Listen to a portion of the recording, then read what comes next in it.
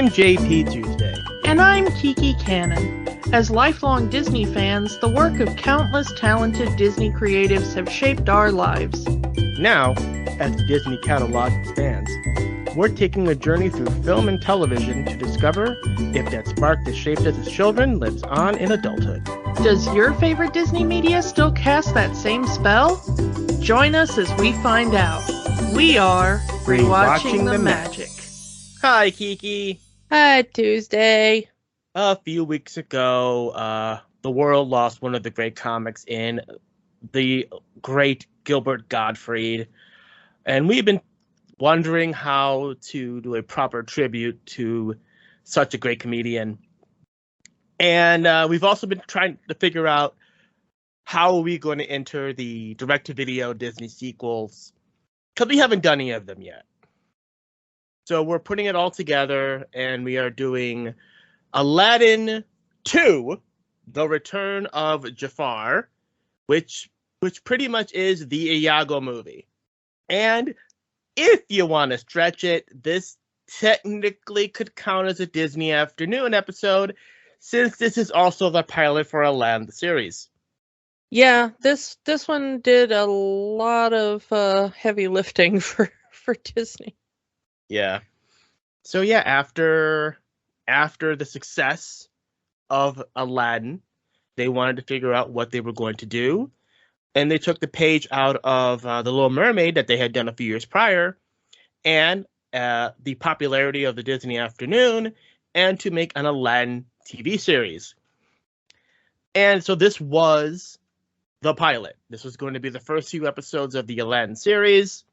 There was such a positive reaction of this in the Disney hierarchy that they wanted to do more than just have this be TV episodes. There was some talk about releasing it theatrically, but at that time, to do this properly, to have this be theater quality animation, it would have taken too long, and they really wanted to strike while the iron was hot. So they decided to release this on home video as a direct-to-video movie, the first of what would end up being many, many, many direct-to-video Disney sequels. Yeah, this launched a whole franchise. Yeah. Did you have this on VHS when you were young? Because I did. No. This one for me was it came out on VHS and I went, ooh, let me rent that.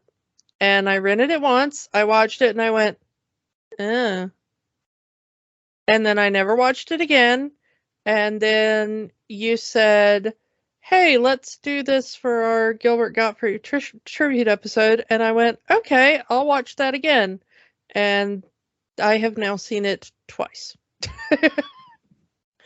Yeah, I mean, like I said, the Aladdin TV series starts with Iago already part of the team. And so I had actually seen the first few episodes of Aladdin the series on the Disney Channel already. So I was wondering, why is Iago with Aladdin when he was just the bad guy in the movie a few years ago?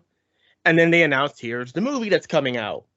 And then I watched the movie, it's like, oh, okay, now I understand everything. So like we said, I didn't have the Disney Channel, so I didn't see the TV series until like my 20s, probably. Not even on the Disney Afternoon? I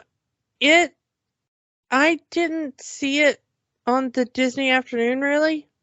I don't remember it coming on the Disney Afternoon where I was. It might not have been syndicated in my area. I don't know. I never remember this as part of the Disney Afternoon. I only remember it as like a Disney Channel thing. I was aware of it. My friends who had Disney Channel talked about it. But I don't ever remember seeing the Aladdin Disney cartoon until I had Disney Channel in my late teens, early 20s. So let's go through our cast. It's mostly the same people from the if you want to know our thoughts of the first Aladdin movie, that was episode 3. Yeah. Go back a couple of years and find it in the archive. Yeah. A lot of the actors from the first movie came back to reprise their roles.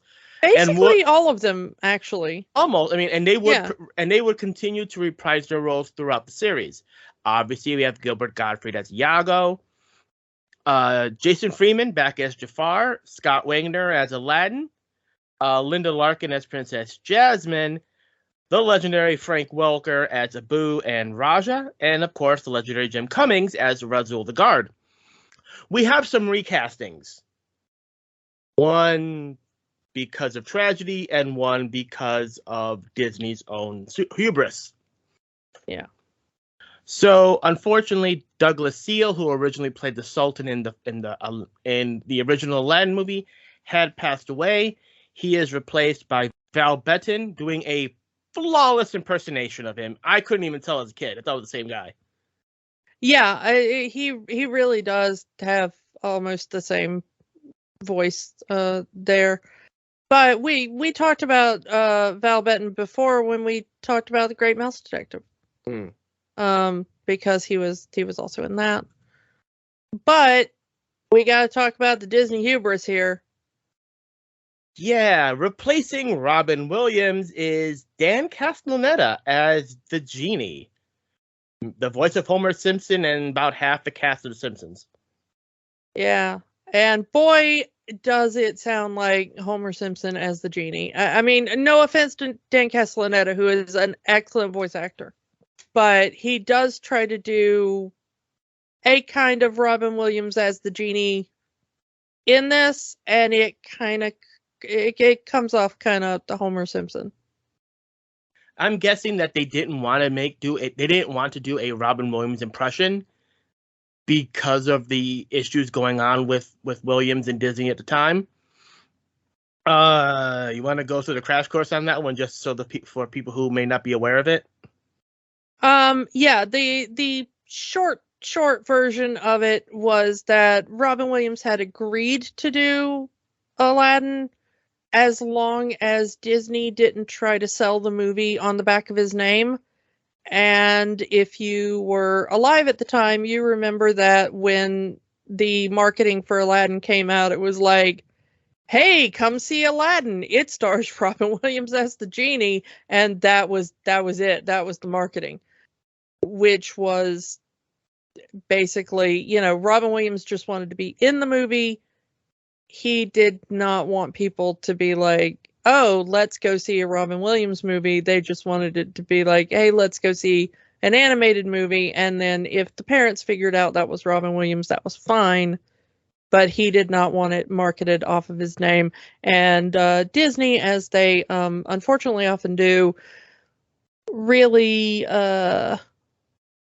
broke their promise on that. And it led to some bad blood for quite a few years there. It was claimed that they went to Robin Williams and said, who do you want to voice the genie if it's not you? And that Robin Williams said Dan Castellaneta. I don't know how accurate that is. That's what Disney claims. I mean, we can't really ask Robin Williams right now. Yeah. Robin Williams would come back for the third one. Yeah. So they eventually patched things up, and Robin Williams eventually kind of took back over the role for some things, and eventually was like, okay, I'm. They buried the hatchet at least to some degree, but at this point, he was like, no, you're not doing that to me again. Yeah, especially not for a direct-to-video sequel. Maybe if this was a theatrical release, but who knows? Yeah, and I'm not even sure he would have done it in that case, but who knows? Different timeline, I guess. And Dan Castellaneta would, of course, voice Genie throughout the Aladdin series and through the various video games that featured Aladdin and the Genie in it until Robin Williams came back. And we have a character that would become a regular villain in the Aladdin series, Jason Alexander as Abismal, because we need a pun. Yeah. And of course, Jason Alexander would work with Disney multiple times, and we talked about him before when we talked about Hunchback of Notre Dame. So, yeah. Let's get to the plot here. Right at the beginning, there's a context warning for this movie.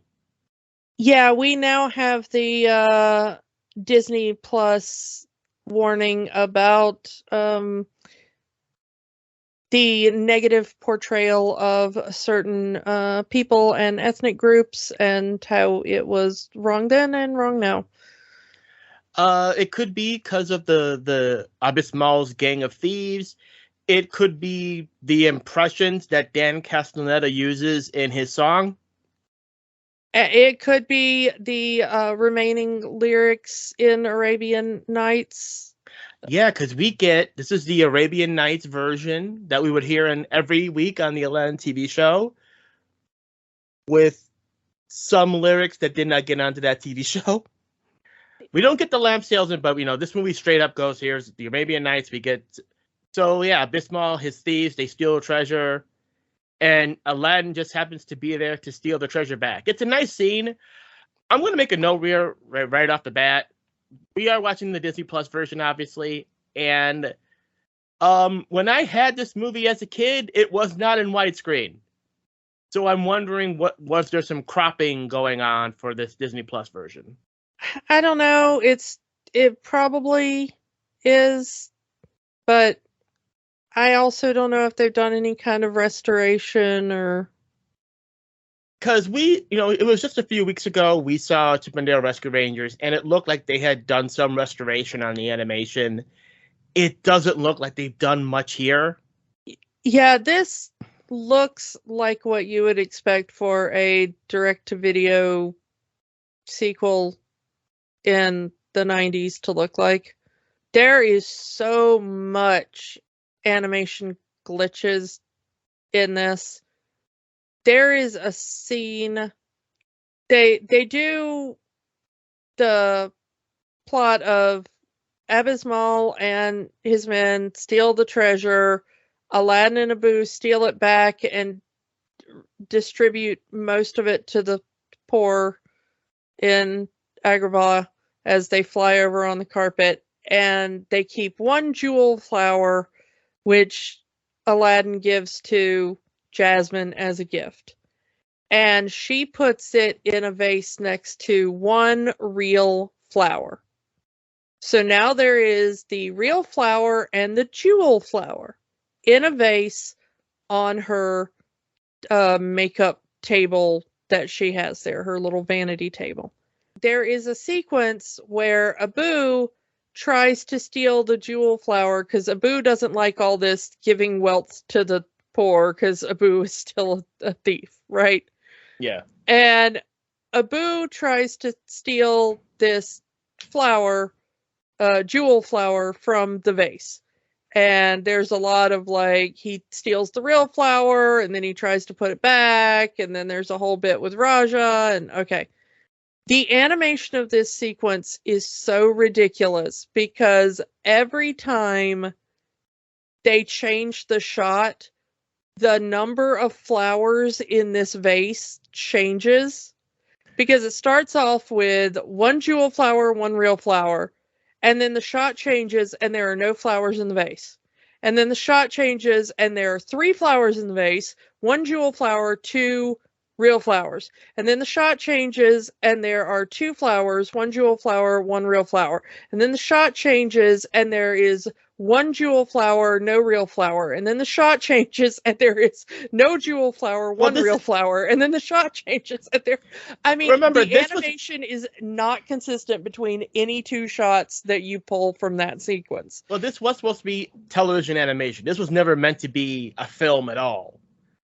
So, but even in television, I would expect to pull 2 shots from that sequence and be able to find two shots that match.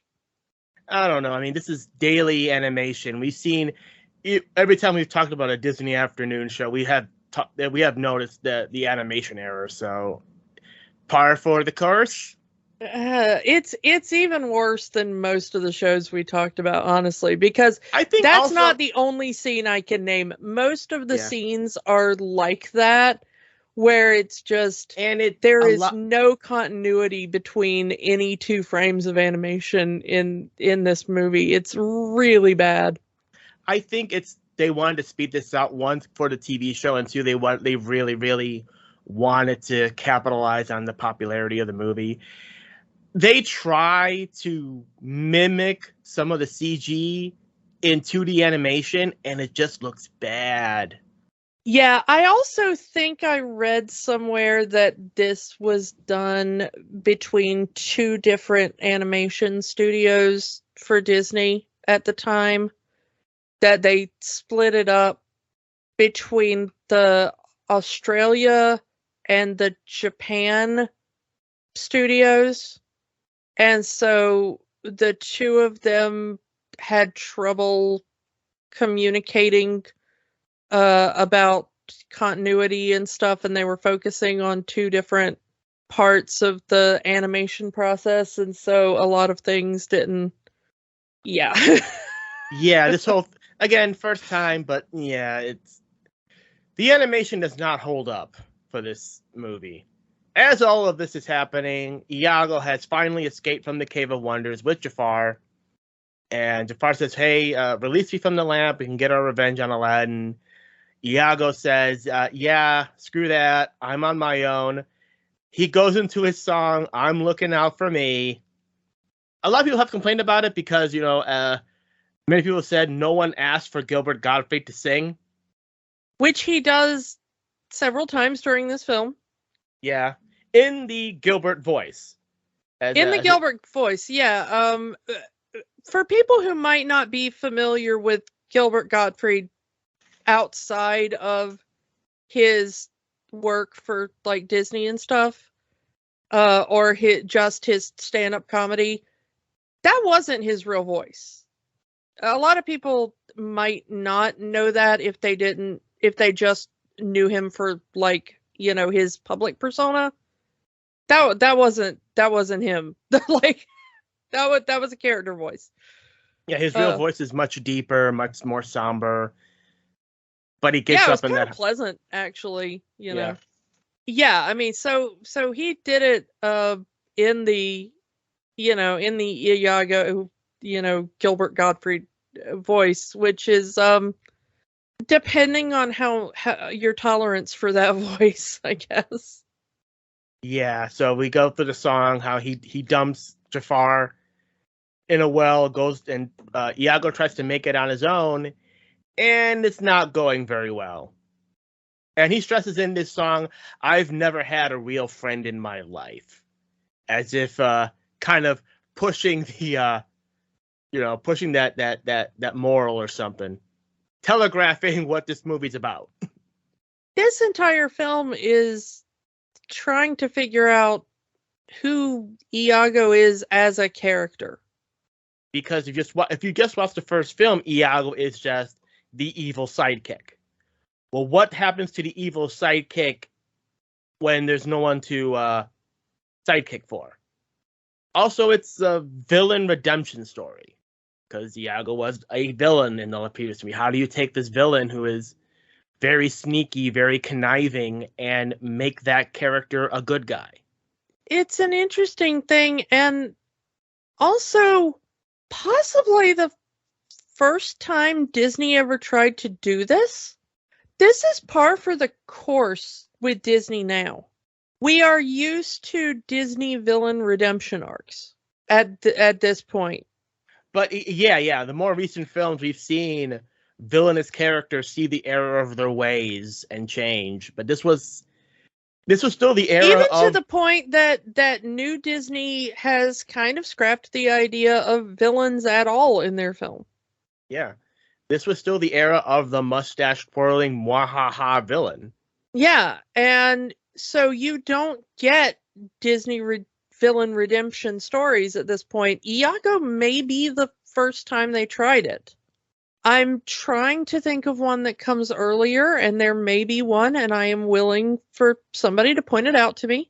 But this one certainly is the first one I'm thinking of. Maybe. At least coming to the top of my head at the moment. They're trying to point out that you can broaden, and this movie portrays him more as an opportunist rather than anyone with real malice. Jafar says it at one point, like, Iago is just the person that will ingratiate himself to whoever is in power. So it's not necessarily an ethical or moral thing of he wants to do the bad thing or he wants to hurt anybody necessarily. It's just the Sultan was the weaker party in the first film. So he allied himself with Jafar. And now Jafar is not the party in power. So he goes off to find somebody who has more to offer him. And he runs into Aladdin as he even starts this. Aladdin now lives in the palace, engaged to Jasmine. So he's going to try to butter up to Aladdin to try to get back in some level of power. At first, it doesn't go well because Aladdin, hey, you tried to kill me. Why should I trust you? Enter Abysmal's men. And while not intended, Iago does save Aladdin's life before the thieves kill him. And that's mostly because he was insulted by Abysmal. But the point stands that he saved Aladdin's life, and Aladdin kind of owes it to him to try to get him back in the palace. Get him back under the good graces of the Sultan. As Iago tries to feign innocence, I wasn't really working with Jafar. He kind of hypnotized me the way he hypnotized the Sultan. Remember that snake staff? Yeah, that was an awful thing. Yeah. I'm really a good guy. While, Aladdin puts Iago in a little bird cage and is like, you stay here for a bit. If anybody sees you, they're not going to be as nice to you as I am because they don't have reason to be. You haven't saved their lives. Yeah. I like that Abu is absolutely 100% not having this. Abu wants to go back to their little hut in the marketplace where it's just him and Aladdin, and there's no genie, there's no magic carpet, there's no Jafar, and there's no Jasmine. But really, he wants no Iago because he does not trust that parrot. Aladdin's on his way to talk to Jasmine and the Sultan, and all to butter them up and get them willing to listen to Iago's apology. And Genie shows up. He's back. Yep, and he goes through another friendship song, and just in case, just to hit that bit of, you remember Aladdin the movie, they make sure to put in a little bit of "Friend Like Me" into the song. These songs are definitely not Alan Menken songs. Yeah, these are not. The wordplay is not quite there. It seems like they try to do the wordplay in every song, and it doesn't work. I can kind of get with "I'm Looking Out for Me." It kind of, for some reason, Gilbert Gottfried absolutely sells that song.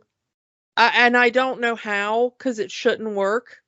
Like, on paper, that song shouldn't work. Like, do you want to hear an angry Iago empowerment song sung by Gilbert Gottfried in the Gilbert Gottfried voice? No, I do not. But somehow it kind of works. This song is like, do you want to hear the Genie from Aladdin sing a song about friendship? And you're like, yeah, I kind of do. That first one worked. No, this one does not work at all. It is super boring. But the point is, he's back because he misses his friends, and he saw the entire world and was completely lonely during the entire time. And most of it is just a list of things he did while he was away, and how they weren't really that cool because he was doing them alone. And as that's happening, Abismal finds the lamp. He finds Jafar's lamp, is now the new master of Jafar, which Jafar hates. And he is not at all the master of Jafar, because Jafar figures out very quickly how to manipulate him. Abismal's an idiot. So, and also, Jafar doesn't really play by the rules. It's kind of technically plays by the rules, but not really. He wants to kill Aladdin by the rules of the genie. He can't. The phrase that gets repeated a lot in this movie is you'll be surprised what you can live through.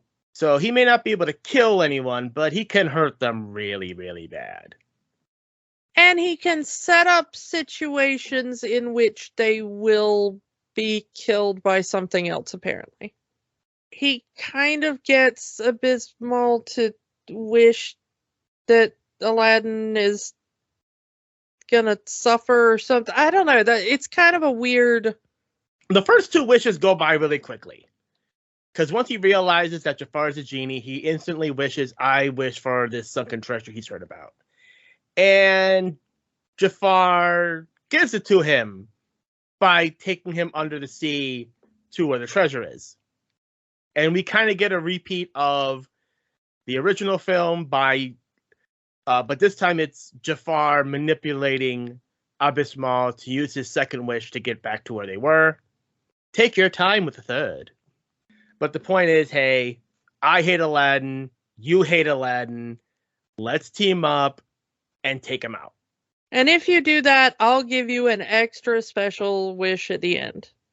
Back at the palace, shenanigans ensue, and Iago is found out. Just as Aladdin is trying to, hey, we need to talk about Iago for a moment. Oh, he's here. And this is our conflict, because now Jasmine said, hey, you said no more secrets. Why are you having more secrets? And the other outcome of this dinner, just before the Iago reveal, is that the Sultan wants to make Aladdin Grand Vizier, which was Jafar's old job. Aladdin is going to be his son-in-law, eventually. Yeah. So he will preparing him for the job of Sultan that he would eventually inherit one day. Yeah, I mean, it makes sense. You know, this is not a out there move. Aladdin seems surprised by it, but I guess it's more because he hasn't thought through the implications. You know, it makes sense. This is the part of the movie that makes the most sense. Yeah. Let's just put it that way. And then Iago interrupts the dinner, and because Aladdin hasn't had time yet to tell everybody, like, hey, Iago has changed, he saved my life. I don't really think he was working for Jafar because he was a bad guy. He was probably manipulated, blah, blah, blah. Yeah, Jasmine wants nothing to hear about this. Like, no. Yeah. No, she wants nothing to do with that. Walks away before he can even get a word in. Because Iago ended up there before all of the pieces were, you know, in the right place, Aladdin has to take the step of saying, look, I'll watch over Iago and make sure he stays out of trouble if you'll give him at least a provisional pardon. And so that's what's decided on. Iago is Aladdin's responsibility now, but neither of them are particularly happy about it. Unfortunately, Jasmine is really furious about all this and kind of breaks up with Aladdin. Sort of. So we get to Genie trying to rally the troops. We need to get them back together. We need to fix this mess that you started. This is your fault, Iago. You need to fix this. Iago says, no, I'm no matchmaker. I don't know anything about romance. And I don't want to be doing anything about romance. You know, this is not my jurisdiction. And Genie kind of gets Iago on board. Says, well, we need a schemer to make this thing work. scheming I can do. And for some reason, this leads into a weird reverse psychology love song sung by Iago. So yeah, Iago goes to Jasmine's room, tells her what happened. I saved Aladdin's life. He owes me. That's why I'm back. And then he says, well, yeah, I mean, but you don't gotta forgive him. What's all this love stuff anyway? He sings this anti-love love song. Forget about love. You're better off on your own. A small meal was a banquet by yourself, blah, and so on and so forth. And it works. Because just to be contrary to Iago, Jasmine starts singing counterpoint about how much she loves love. And you're right, Iago, love is the greatest. Yay. I forgive Aladdin. We're back in love again. With references to and a musical cue from A Whole New World. Yeah. Just so you can remember what movie you're watching. Hey, remember that movie you liked? This isn't it.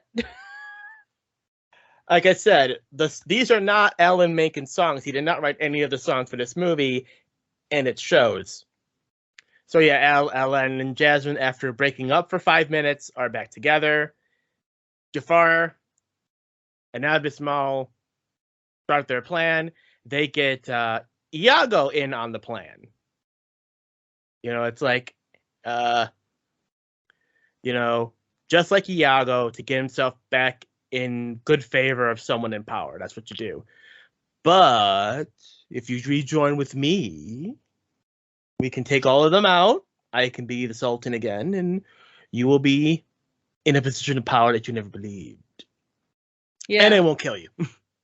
Yeah, Iago really, you can tell he really is conflicted, but also Jafar threatens his life, and he's like, oh yeah, that's a good point. I like not being dead. I mean, this is the first time in Iago's life, seemingly, that anyone has ever stuck up for him. And he doesn't want to betray the trust, but at the same time, he doesn't want to die. Even though a genie can't kill, as they say throughout this movie, you'd be surprised what you can live through. Iago will lead Aladdin and the Sultan to a place where they will be ambushed by Abismal and Jafar. And Iago sets this up and said, hey, you're on the outs with the Sultan after bringing me in. Why don't you and the Sultan go somewhere, talk this out, and maybe everything will be nicey nice again because, this guy is going to be your father-in-law. Meanwhile, apparently no one decided to tell the genie about this because he has a picnic basket ready. He's going to go out hanging out. Iago specifically says don't bring the genie because he draws too much attention to himself. Just have it be you two. You two can figure this out. Which leads us to, finally, we didn't get one in the previous movie. Jafar gets his villain song. We finally get to hear Jonathan Freeman sing his heart out in this villain song, and it's not good. Yeah, because it's not really a villain. Well, I mean, it's a villain song, but it's You're Only Second Rate, where he sings a song about how much better he is at being a genie than the genie is. It was said earlier, because he's a free genie, he no longer has phenomenal cosmic powers anymore. He still has magic, but it's not as powerful as he once was. Jafar, by still being a genie, is that powerful.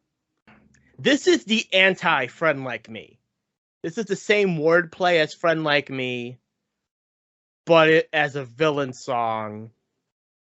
And Jonathan Freeman, he's singing his heart out. He's putting everything he's got into this song. But the lyrics this is not an Alan Menken song. It's not. No offense to the person that wrote this song, But he's trying to make this the anti-friend like me, and it's not working that way. And there's a lot of comedic moments in here, like Jafar's just like a grandmother in one scene, and that's just so out of character for Jafar. Well, it's, I mean, the grandmother thing is supposed to be Psycho. You know, it's a Psycho reference. All of a sudden, we get Jafar making pop culture references, which is the genie's thing. But Jafar wouldn't know any of those pop culture references unless that's some sort of thing a genie can do. Yeah, like once you become a genie, you just get, you know, knowledge of the future and the past and the, you know, who knows. But yeah, it just doesn't really work. And as far as Disney villain songs go, not really. Yeah. But that does it for songs in this film. It kind of forgets that it's a musical at this point. And from here on out, it's just a movie. Jafar gets Iago to be like, "Oh, hey, Aladdin, why don't you take the Sultan over there to that waterfall? Doesn't that look like a nice waterfall?" And really, it's just the place where Abismal and his guys are waiting. I just think they're all Jafar because they're all wearing masks, and one of them does magic. Well, I'm not sure all of them are Jafar. I thought that like he just gave them all magical horses and stuff. Maybe the one that does magic is Jafar, but so yeah, they frame Aladdin for the murder of the Sultan. Yeah, and Jasmine, in giant air quotes, shows up and says like, "Look, here is my father's turban. It's got slash marks in it. Oh my goodness, you've done, you know. You've killed my father. For that you will die At dawn." And it turns out Jasmine is actually Jafar in disguise, using magic. Yeah, and the real Jasmine, as well as the genie and Abu and the carpet and all the others, you know, everybody else in this movie is locked up in a different dungeon. It's amazing that they still have Jafar's little hideaway still set up here from the first movie. Iago is still allowed to run around free, and everybody's like, "Iago, you traitor, we shouldn't have agreed to, you know, let you be around. You're nothing but an awful parrot traitor thing." Iago's like, yeah, no, hush, because I don't actually like Jafar. He just kind of threatened to kill me, and please stop insulting me now while I try to free you. And Iago does. He grabs the little jar thing they've trapped the genie in, and he flies it up very, very high and drops it so it'll shatter, and releases the genie. Yeah, Genie saves Aladdin. Just in time, as the axe is about to fall and behead him. Although, Razul, or whatever his name is there. Yeah, Razul. Is just gleefully ready to carry out that execution. Razul has never liked Aladdin. Yeah, even in the series, yeah. Even in the series, he is, whenever it gets the hint that Aladdin is going, that Jasmine is going to break up with Aladdin, he's gleeful because that means he can go back to, you know, harassing Aladdin as in the cop peasant dynamic. Genie saves Aladdin and the rest of the gang, and they're all like, "Oh wow, Iago actually saved us all, even though he didn't have to. And Iago's like, can we go back to the part where I didn't have to, did it anyway? Very important here. And Aladdin brings up the thing of, well, how are we going to defeat Jafar? He's stronger than the genie, and we have no way to kill him. And the genie brings up another little bit of genie lore that we didn't know, which is that if you destroy the lamp that the genie is bound to, you kill the genie. Now we're off on our third act climax to get the lamp. The final part of the Jafar Abysmal plan is Jafar is ordering Abysmal to wish him free. That, you will wish for my freedom, and in turn, you will be rewarded. And he starts just filling the throne room with massive amounts of treasure. So much treasure. And Abysmal, in his one smart move, is going, wait a minute. If I wish you free, how do I know all the treasure doesn't just suddenly disappear? And Jafar goes, well, you got two options. Wish me free, or I just start torturing you.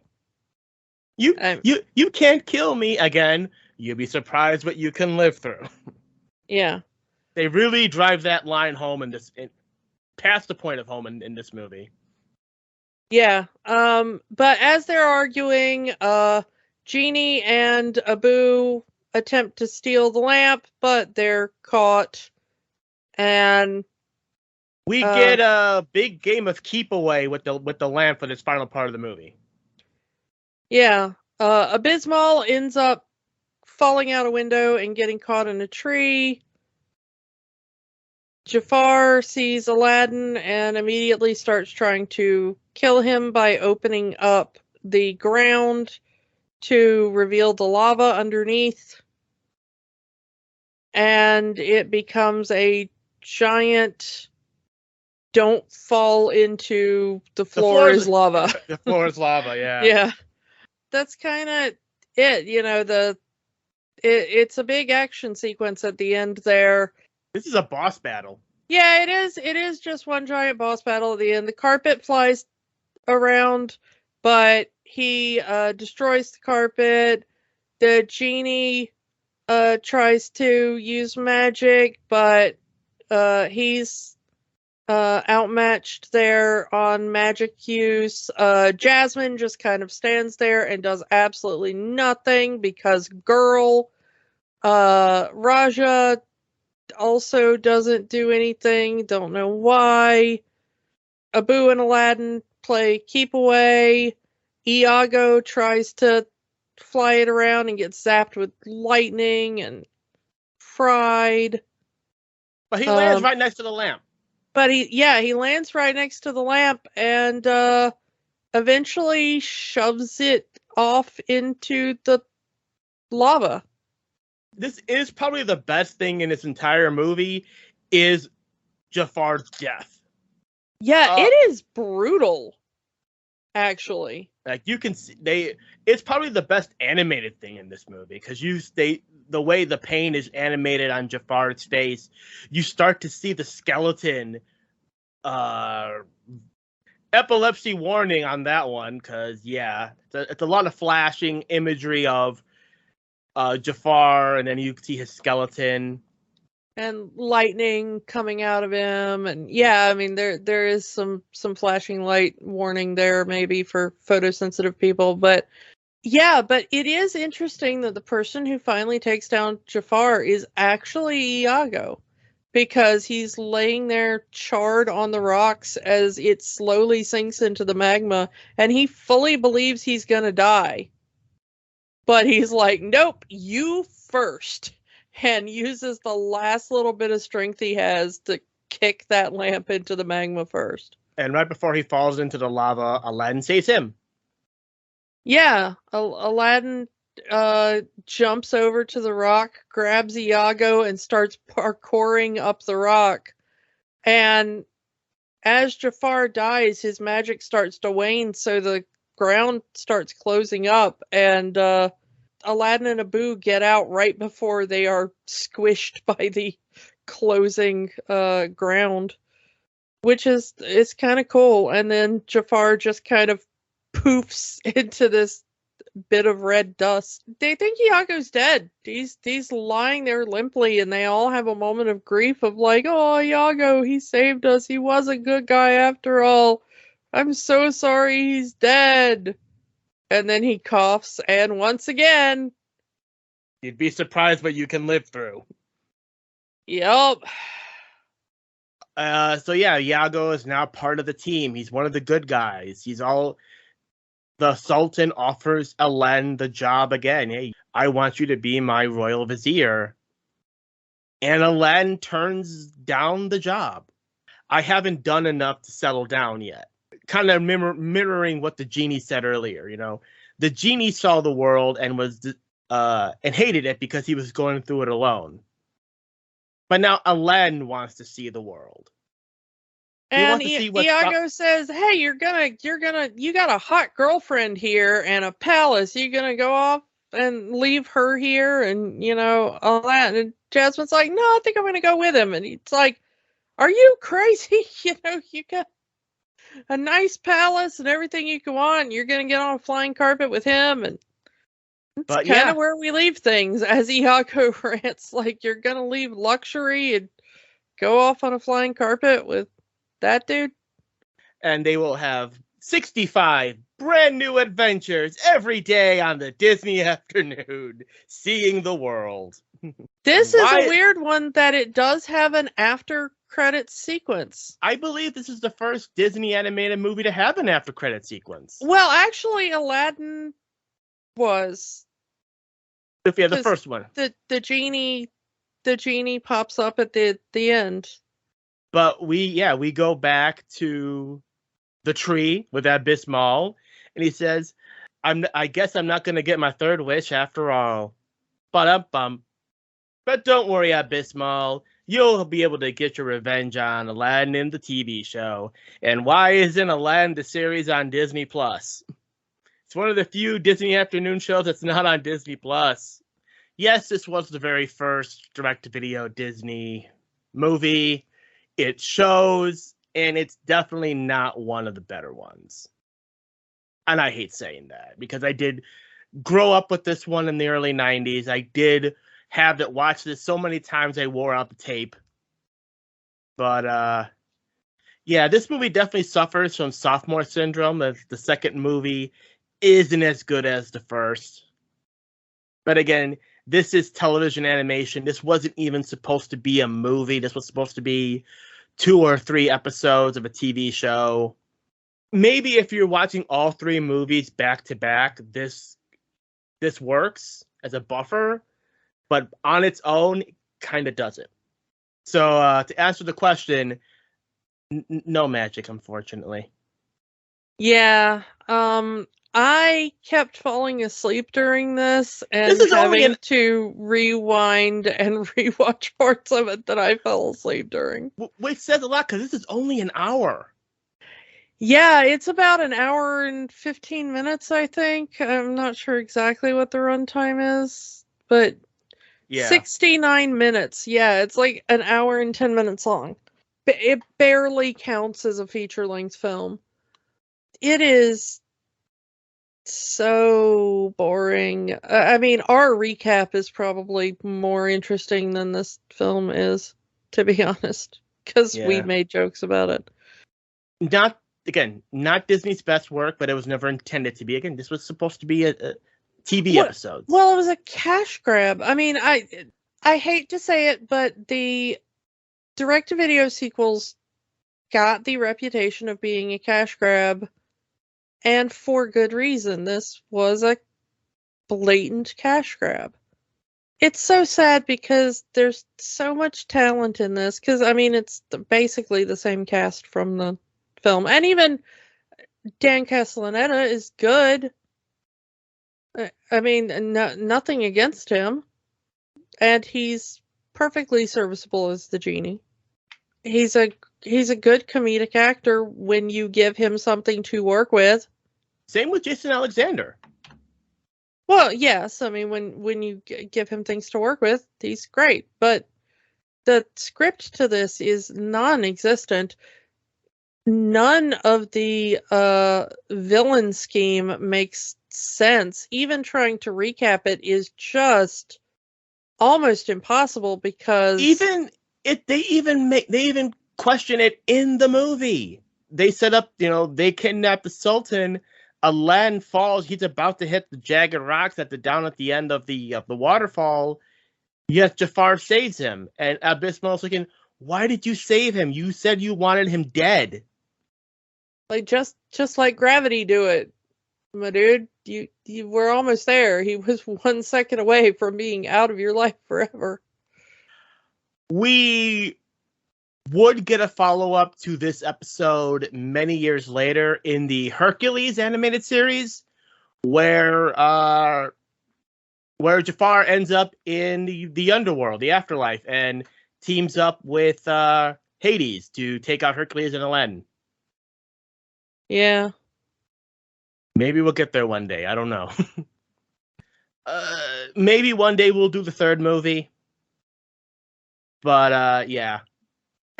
As a individual movie, this does not hold up.